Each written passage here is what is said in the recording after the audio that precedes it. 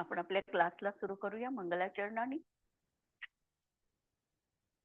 वंदितु सौवसिद्धे ध्रुवमचल मनोवमं गदिं पत्ते वोच्छामि समय पाहुड मिनमो सुद केवली भणिदम् नमः साराय स्वानुभूत्या चकासते चिस्वभावाय भावाय सर्वभावांतरच्छिदे.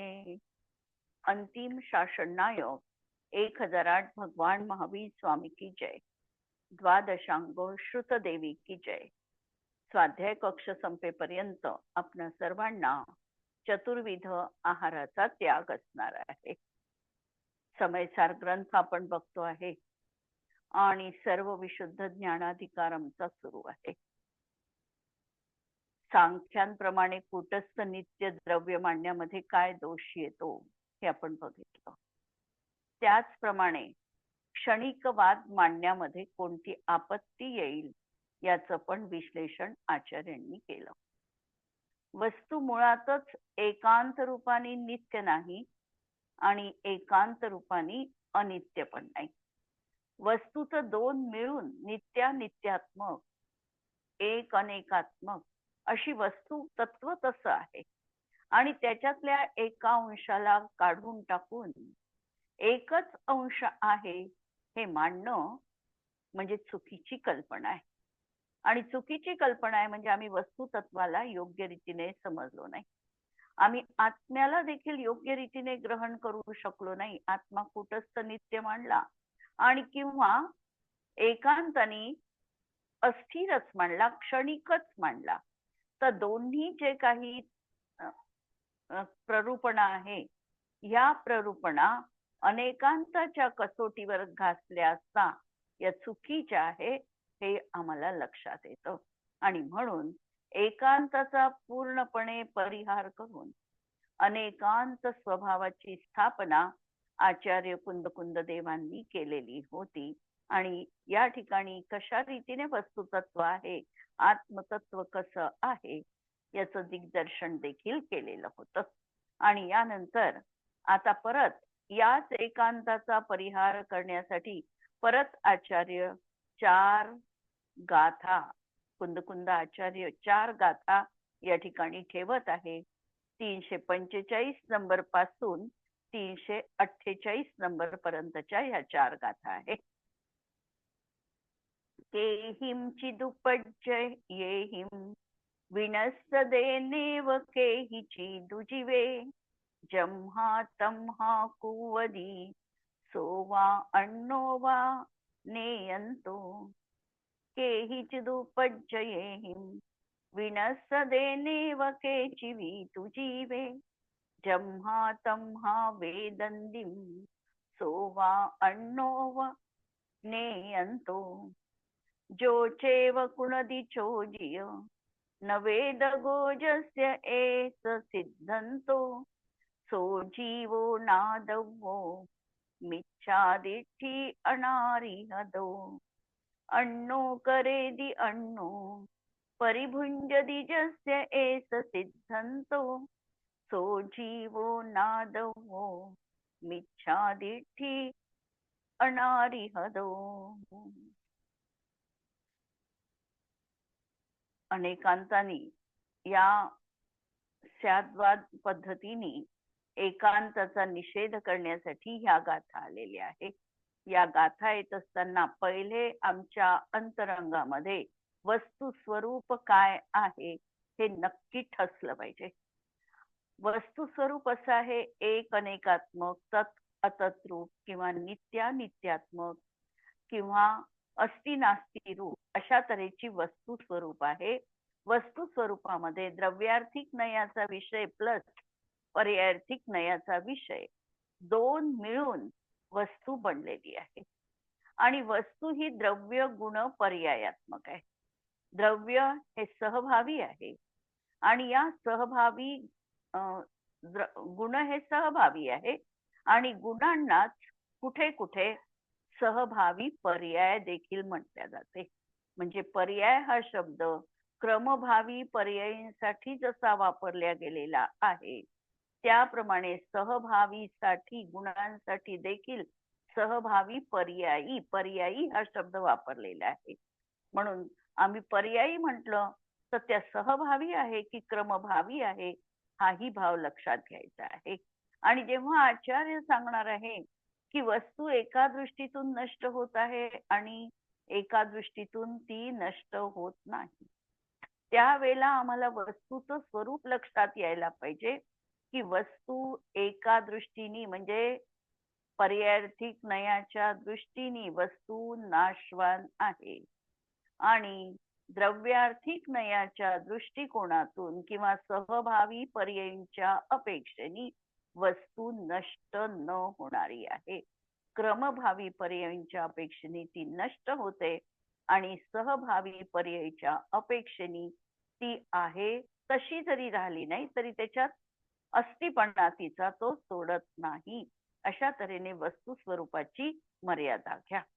आता या दृष्टीतून जेव्हा आम्ही बघतो की पर्याय नष्ट होते आहे, पर्याय नष्ट होत आहे असं म्हणत असताना ज्या पर्यायीमध्ये आम्ही पाप केलं ती पर्याय काही भोगणारी पर्याय नाहीये, पर्याय ती बदललेली आहे. म्हणून ज्यांनी केलं त्यांनी भोगलं नाही असंही आम्ही म्हणू शकतो किंवा जो करतो तो भोगणार नाही असं आमचं कथन असू शकतं. यावेळेला हे वाक्य आम्हाला पर्यायार्थिक नयानी आचार्यांनी सांगितलेलं आहे ही विवक्षा लक्षात घ्यावी लागते. आता एखाद्या वेळेला जो करतो त्यालाच भोगावं लागेल. केले कुणी कर्म कुणी असेल भले बुरे त्या फळही मिळेल. ज्यांनी जसं कर्म केलं आहे त्याचं फळ देखील त्याला भलं किंवा बुरं तशा रीतीने मिळणारच आहे.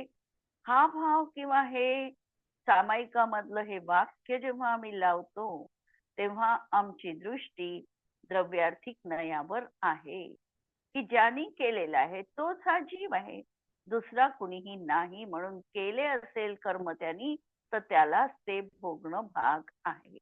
अशा तऱ्हेने ही नयविवक्षा किंवा पद्धती आम्हाला लक्षात घ्यायची आहे.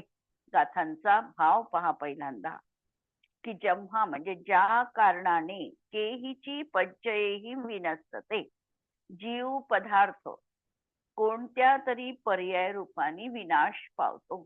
कोणत्या तरी पर्याय रूपाने विनाश पावतो, क्रमभावी पर्यायीच्या अपेक्षेने तो नाश पावतो किंवा पर्यायार्थिक नयाच्या दृष्टीने नवीन पर्याय उत्पन्न झाली, जुनी पर्याय नष्ट झाली या दृष्टिकोनातून. आणि कोणत्या तरी पर्याय रूपाने नाश पावत नाही म्हणजे सहभावी पर्यायी आहे त्या अपेक्षेने तो नाश पावत नाही. त्या कारणाने तोच करतो अथवा दुसराच करतो असा एकांत नाही. म्हणून जो करतो तोच भोगतो असं एकांताने आम्ही म्हणू शकत नाही किंवा जो करतो तो भोगत नाही असंही आम्ही एकांताने म्हणू शकत नाही. म्हणून या एकांताचा परिहार निषेध या गाथेमध्ये केलेला आहे. नंतर सांगतात की ज्या अर्थी जीव कोणत्या तरी पर्याय रूपाने नाश पावतो आणि कोणत्या तरी पर्याय रूपाने नाश पावत नाही, त्यामुळे जो करतो तोच भोगतो किंवा दुसराच कोणी भोगतो. पहिल्या याच्यामध्ये कर्तृत्व सांगितलं, जो करतो तो भोगतो आणि जो करतो तोच भोगतो किंवा दुसराच कोणी भोगतो असा एकांत नाही. परत त्याद्वादाने ही गोष्ट सिद्ध करायची आहे. जो कुणी करतो तो काही वेदन करत नाही, तो भोगत नाही, दुसराच भोगतो असा ज्यांचा आग्रह आहे, सिद्धांत आहे, तो जीव जैन मताच्या बाह्य असल्यामुळे मिथ्या दृष्टी समजावा. जर आम्ही एकांताने एकच विवक्षा आम्ही लावली द्रव्यार्थिक नयाची किंवा पर्यायार्थिक नयाची, पर्याय अपेक्षेने पाहिलं तर जीव द्रव्य देखील प्रतिसमय नष्ट होत आहे, उत्पन्न होत आहे. या दृष्टीने ज्यांनी जे केलं तो भोगणार नाही. आणि द्रव्यार्थिक नयाच्या दृष्टीतून ज्यांनी ते केलेलं आहे त्याला ते भोगावं लागणार आहे. अशा तऱ्हेच्या दोन दृष्टिकोनातून आम्हाला वस्तुतत्व किंवा जीवद्रव्याचं स्वरूप आम्हाला समजायचं आहे.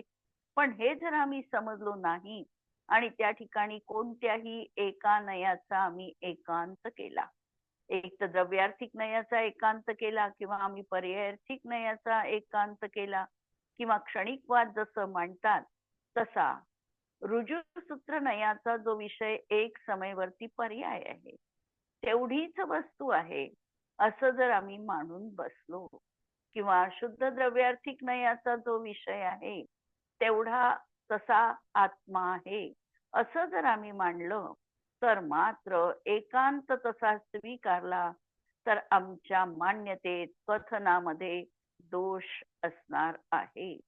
आणि वस्तू स्वरूप जर आम्ही बघितलं तर वस्तू आम्हाला तशी प्रतीत होत नाही. वस्तू कुटस्थ नित्य आहे असंही आम्हाला दिसत नाही, कारण वस्तूमधले बदल आम्हाला कधी कधी स्थूल दृष्टीतून देखील दिसतात, सूक्ष्म दृष्टीतून कधी कधी नाही लक्षात येणार. परंतु ज्या ठिकाणी स्थूल बदल झाले आहे हे तर सहज लक्षात येतात. आणि जर स्थूल बदल झाले आहे तर सूक्ष्म बदल होता होताच स्थूल बदल संभवनीय आहे ही गोष्ट आम्ही समजू शकतो. दुसरी, बदलच होत नाही असं जर आम्ही म्हटलं किंवा बदलतेच वस्तू असं जरी आम्ही म्हटलं तरीही तोही आमच्या जीवनामधला एकांत असणार आहे. आणि आम्हाला काहीतरी स्थिरता आहे हे पण आम्हाला दिसत आहे.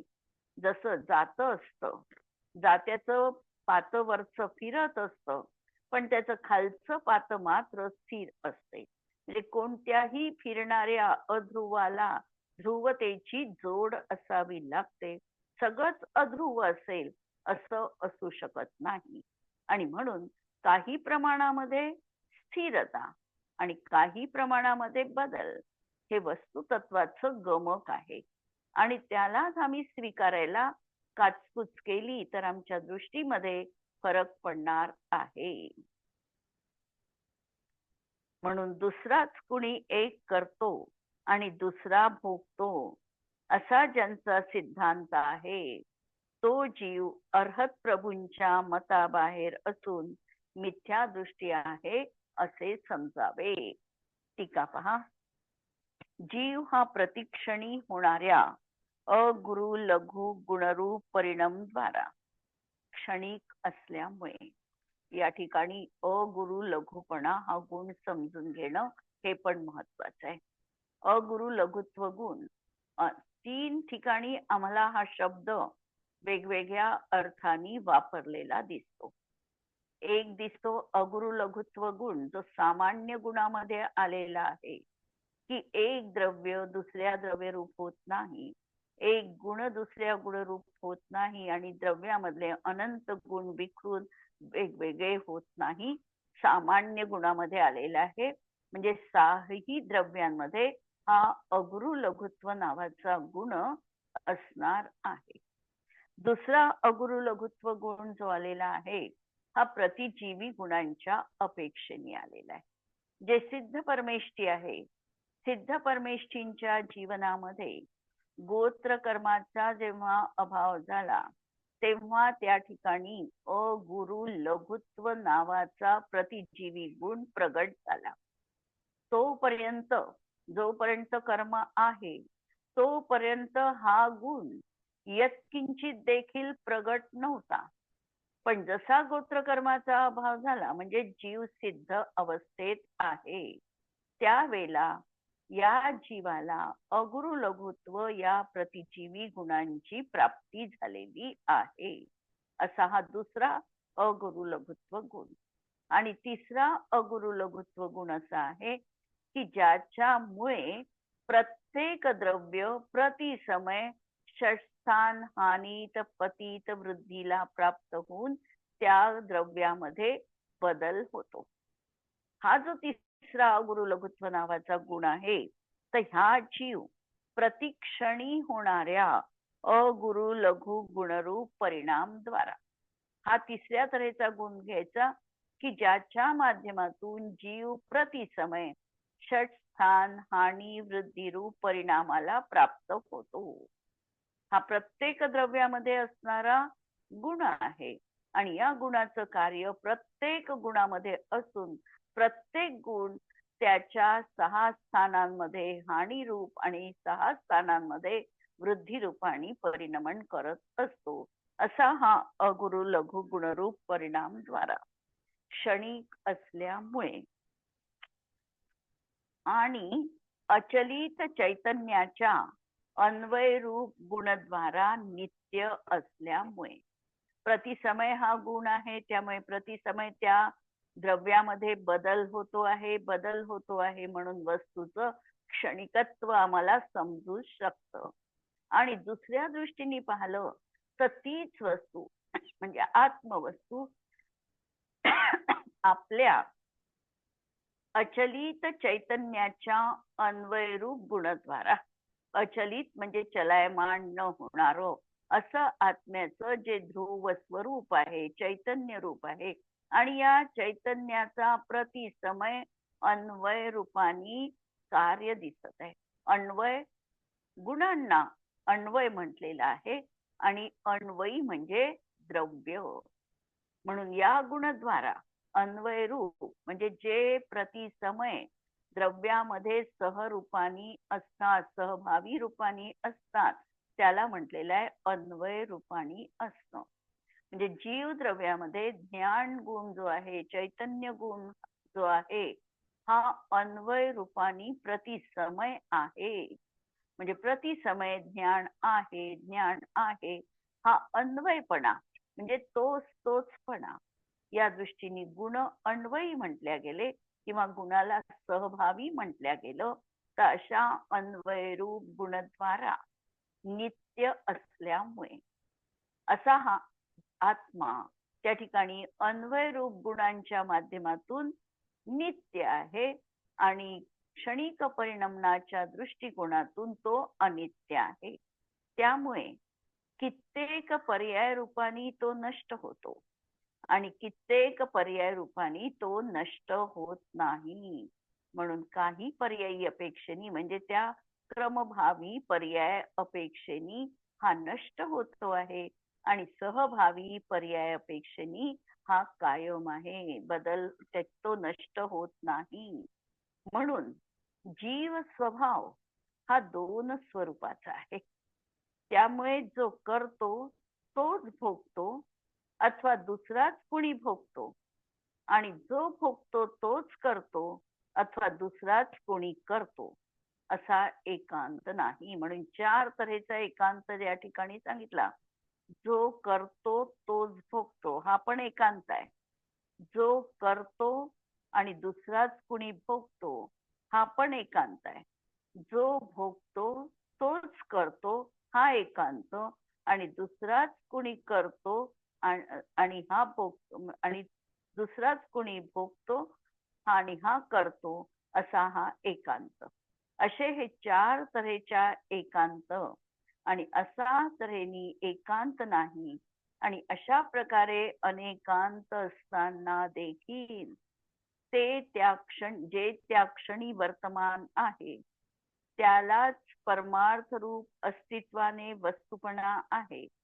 अशा प्रकारे वस्तूच्या अंशामध्ये संपूर्ण वस्तूचा निश्चय करून कोणी एक जो रुजसूत्र नयाच्या लोभाने रुजसूत्र नयाचा एकांत पकडतो. म्हणून या ठिकाणी वस्तुतः असा अनेकांतपणा बघायचा आहे आणि असं असतानाही असा अनेकांत असतानाही जो त्या क्षणी वर्तमान आहे त्यालाच परमार्थ रूप अस्तित्वपणाने वस्तुपणा आहे. म्हणजे वर्तमानामध्ये जे काही आम्हाला द्रव्य दिसतं आहे तेवढंच द्रव्याचं अस्तित्व आहे असं मानून त्या पर्याय रूपाने आम्ही एकांत पक्ष स्वीकारतो आहे. आणि अशा प्रकारे वस्तूच्या अंशामध्ये वास्तविकता ती वस्तूची पर्याय आहे.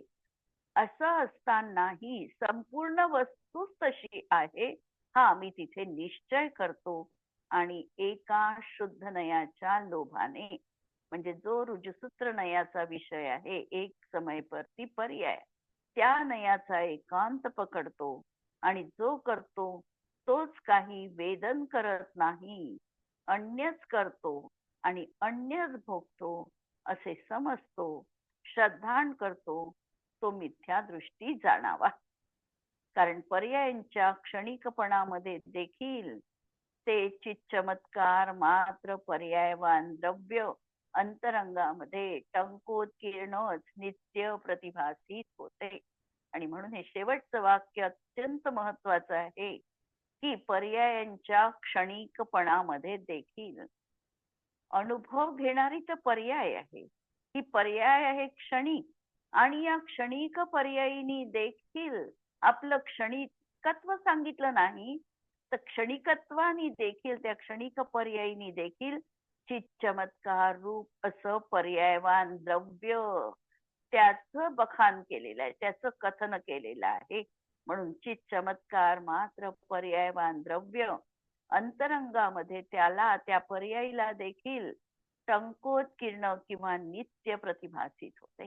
म्हणजे अनुभव घेणारी पर्याय अनित्य आहे, पण तिने अनित्यता वस्तूत आहे असा निर्णय दिला नाही किंवा असं तिला प्रतीत झालं नाही.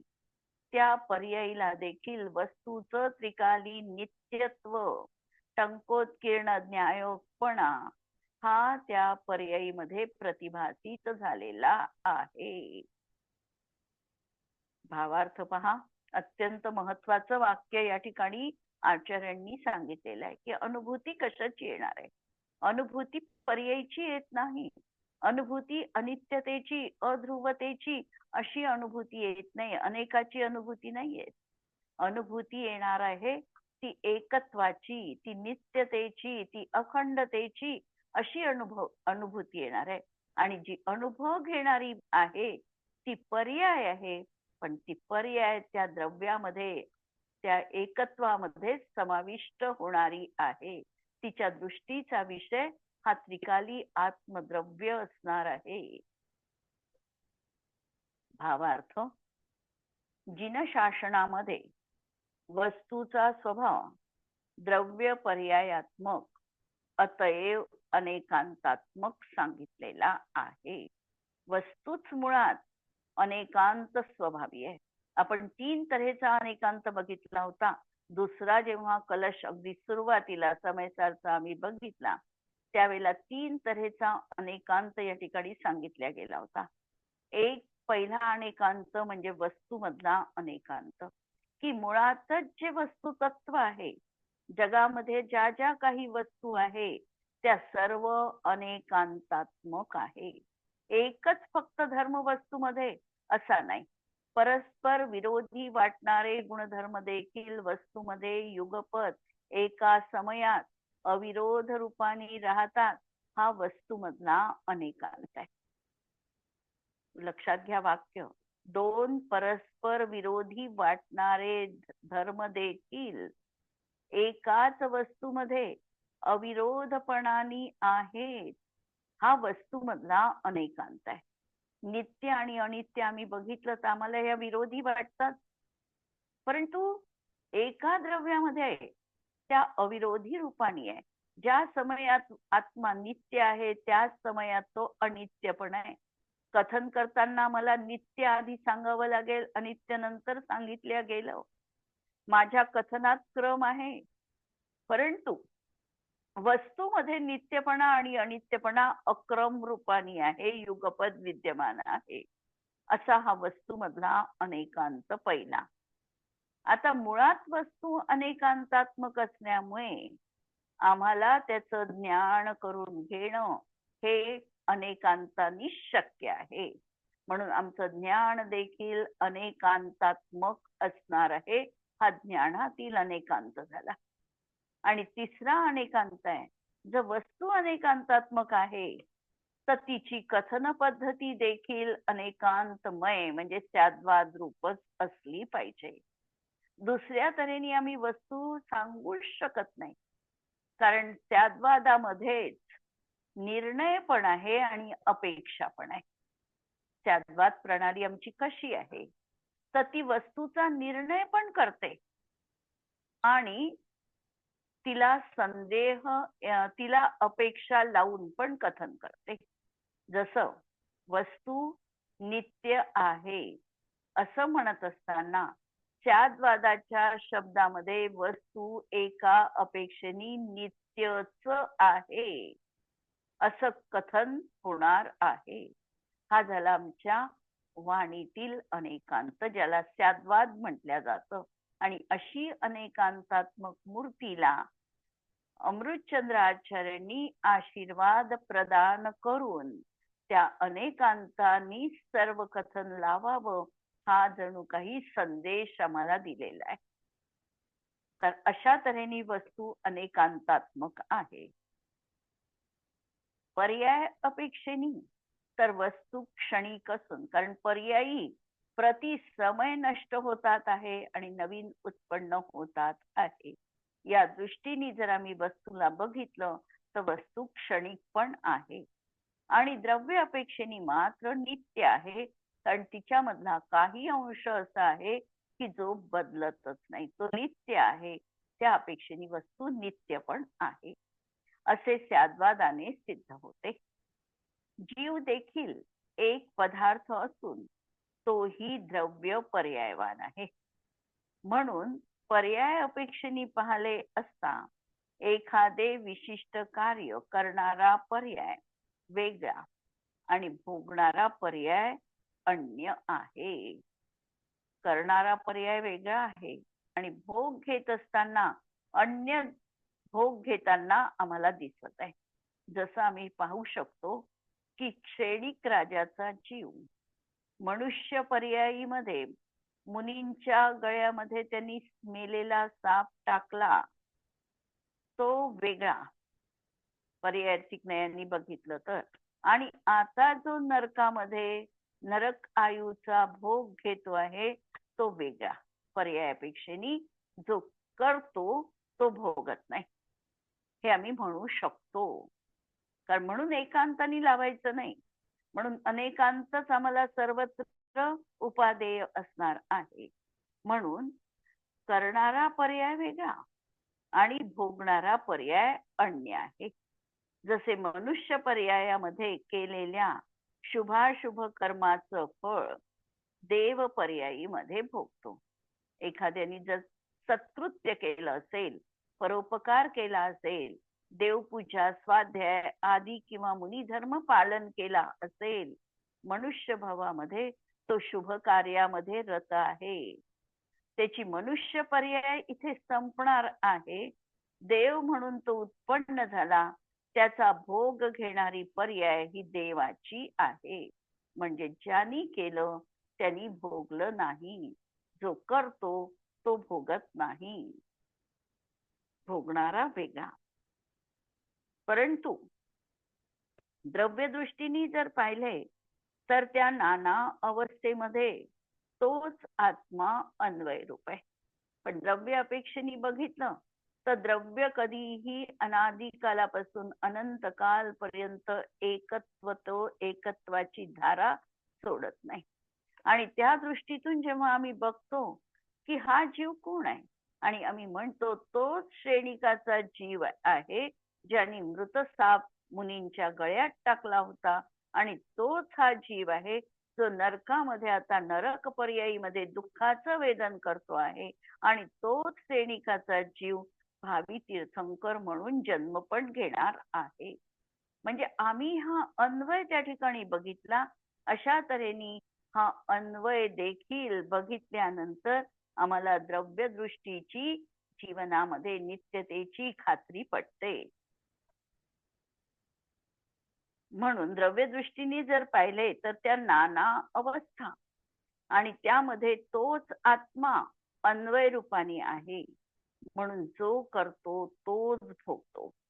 मनुष्य पर्यायीमध्ये जो जीव होता तोच देव पर्यायीत आहे. मनुष्य आणि देव काही वेगळा जीव नाही.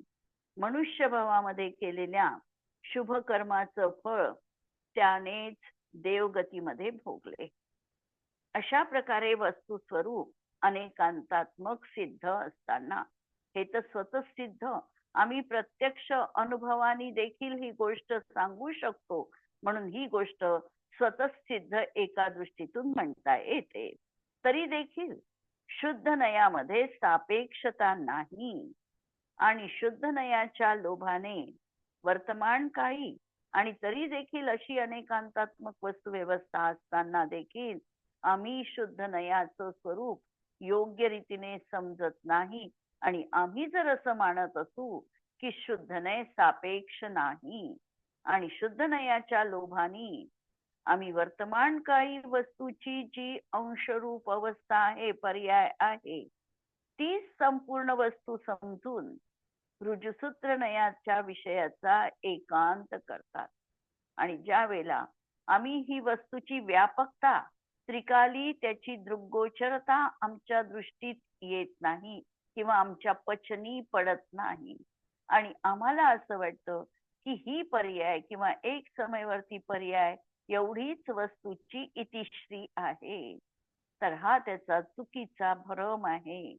आणि म्हणून अशा तऱ्हेने ती संपूर्ण वस्तू ऋजुसूत्र नयाच्या नावाखाली अशीच आहे असा जो नयाचा एकांत करत असेल आणि पर्याय मात्र द्रव्य मानत असेल आणि असे मांडतात आणि सांगतात की जो करतो तो भोगत नाही, दुसराच कुणी भोगतो, आणि जो भोगतो तो करत नाही, दुसराच कुणी करतो, तर हे त्याचं कथन यथार्थ नाही. त्यांनी वस्तू विपरीत मांडल्यामुळे ते मिथ्या दृष्टी आहे आणि जिनाज्ञेच्या बाहेर आहे. कारण अरहंत देवांनी वस्तू स्वरूप अनेकांतात्मक सांगितले आहे. यद्यपि अवस्था क्षण स्थायी आहे, तथापि द्रव्यरूप चेतन द्रव्य हे तर अनुभव गोचर नित्य आहे. अवस्था क्षणस्थायी आहे, त्यात थोडा वेळ टिकणार आहे. स्थूल पर्याय आहे, आम्ही म्हणू 100 वर्षाची 70 वर्षाची मनुष्य पर्याय ही टिकली आहे असं आम्ही म्हणतो. पण पर्याय टिकत नाही हे सत्य आहे. ही बदललेलीच आहे.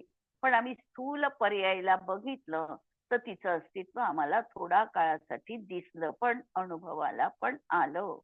आणि त्यामध्ये देखील द्रव्यरूपाकडे जर आमची दृष्टी असेल तर चेतन द्रव्याचं अनुभव तर नित्य आम्हाला येणारच आहे.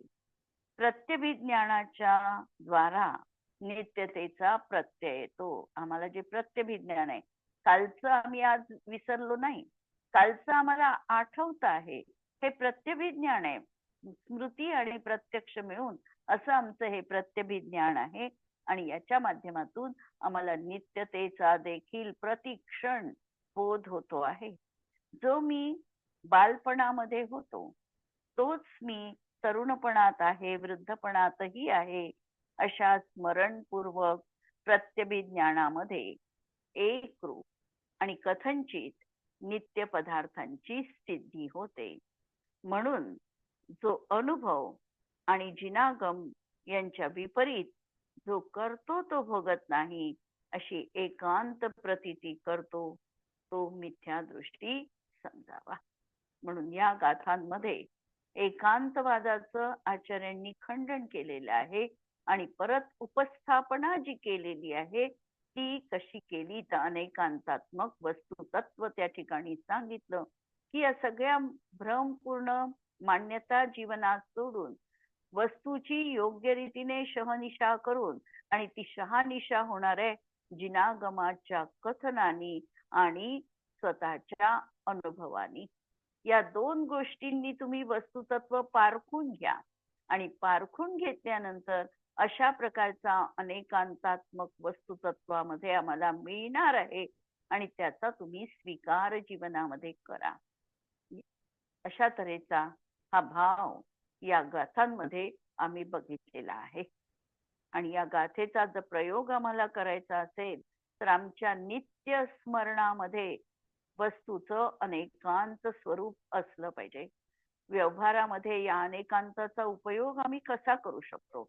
अनेक वेळेला आम्ही एखाद्या भ्रमपूर्ण कल्पना कुणाच्या तरी ऐकतो आम्ही त्याचा एकांत जीवनात करतो आणि त्या एकांतावरून आम्ही वस्तू तशीच आहे किंवा ती व्यक्ती तशीच आहे हा निर्णय करतो.